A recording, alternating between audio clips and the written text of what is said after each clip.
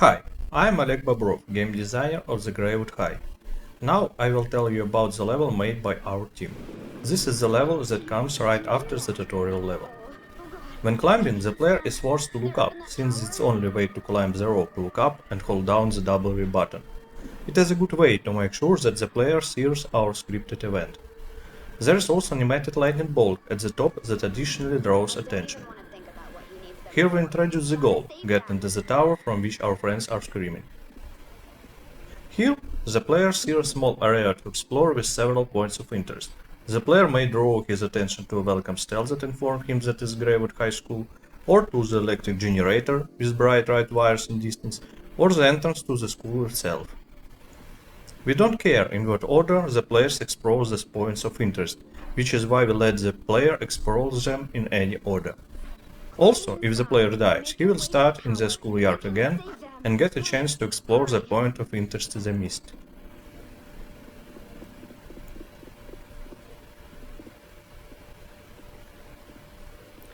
The front door is locked, but light and interactive objects should draw the player's attention above the roof.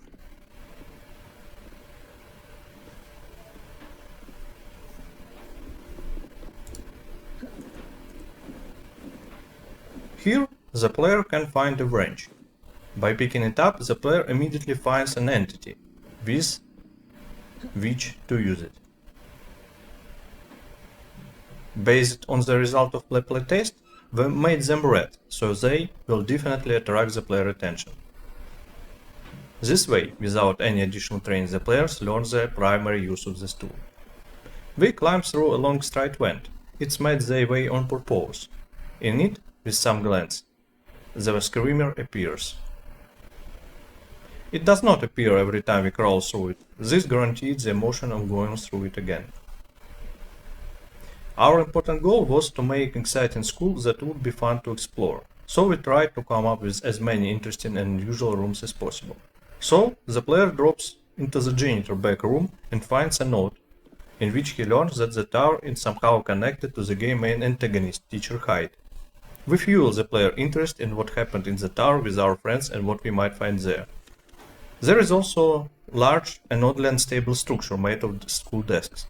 The game uses fully dynamic lighting due to the destructibility of many objects, so we tried to add as many interactive objects as possible. In this case, seeing the highly unstable structure, many players wanted to collapse it, and we gave them this opportunity. In this room, we find a lot of strange scientific objects on the tables.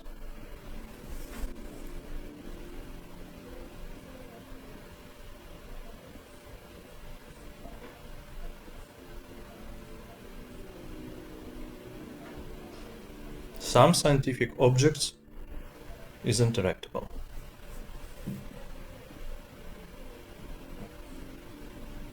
There is also a note nearby that explains why there are mountain of discs in the ceiling on the janitor's room. And this is the classroom dedicated to demonstrating the achievements on the science fair to the students. To make it enjoyable for the players to use the environment, we tried to add a lot of different collectibles and some unexpected passages. We also started the game with horror elements triggered by certain conditions with an extra chance of randomness. All this is designed to keep the player in constant tension. The player can find an award room, and there should be a lot of metal trophies. But he is met with disappointment. A note to unknown kidnappers threatens punishment for the missing pride of the school. These cups will be needed later.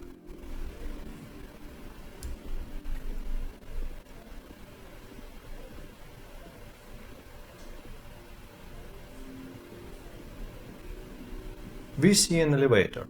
This is the most logical way to get upstairs, but we've also highlighted it strongly in color to make it stand out from its surroundings and attract the player attention. As we get close, the partner says it will be an excellent way to get to the top, but we need to power it up.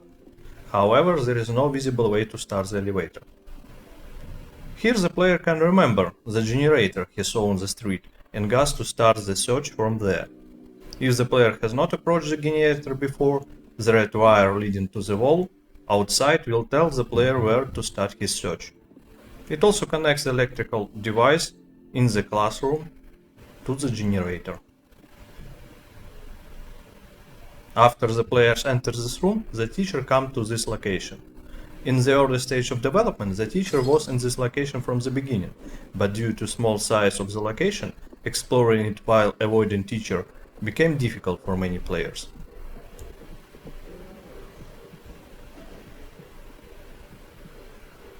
There is extra crew with broken elevator plug. We've added it to tie the elevator with the generator on street to show that the player is on the right track. Other than the light, there is only the science class connection, so we connect the science class. This is a clue that now we need to run electricity from science class to the elevator.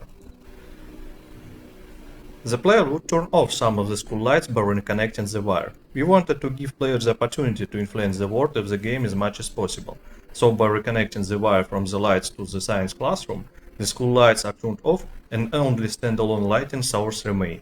This leads to the fact that the teacher high sees eyes worse because of the darkness, and we are forced to use a flashlight in dark places.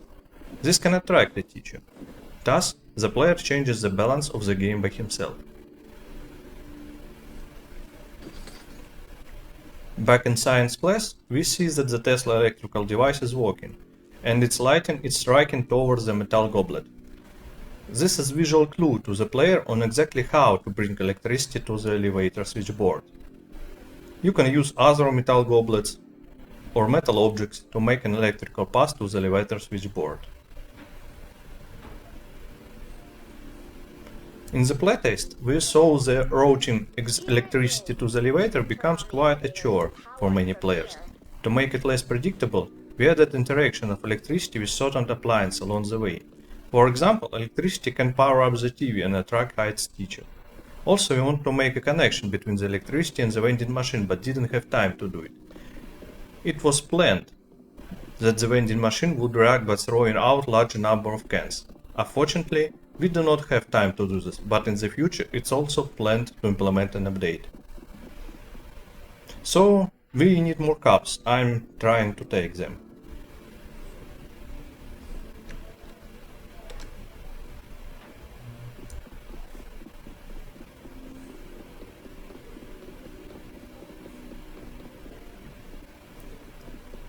Take them.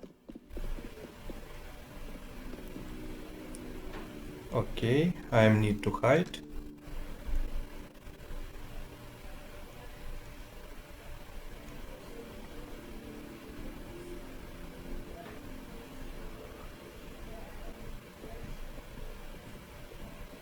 And let's go. We have specifically implemented two obvious routes for the careful and straightforward player. One, through the vent, can bypass all electrical appliances, but it's longer and requires more metal objects. The other, through the door, is shorter, but more dangerous. Here we just happened to activate the TV, because we took a short and dangerous way.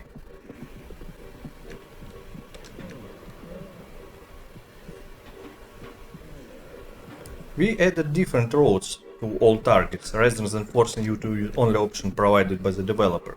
Essential part of our playtest was to track the player intentions and thoroughly implement them as game decisions.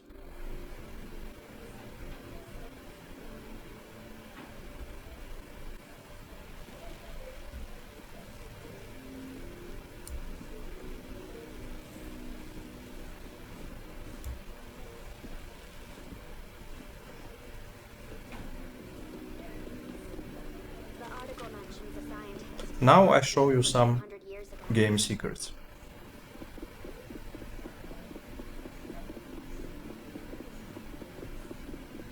Connecting the wire from the school entrance stele to the science classroom, we can see how the de-energized reminder changes to a more interesting one.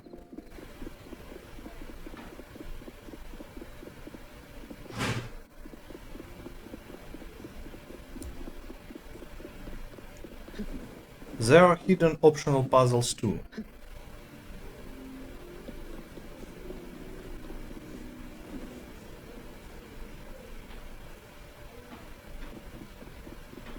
So we can find a strange note that looks like a collection of quotes or aphorisms, but in fact there are numbers encrypted in it. This denotes the order in which we must interact with the experiments in the science fair.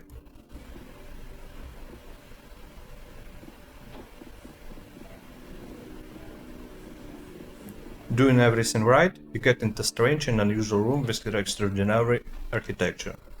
And as a reward, we find a few metal goblets and part of the clue note that can lead the player to a good ending.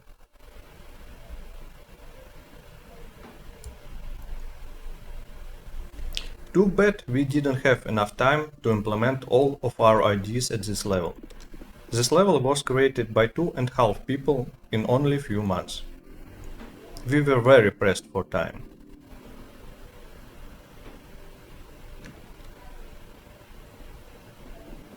And in final, we get in the elevator.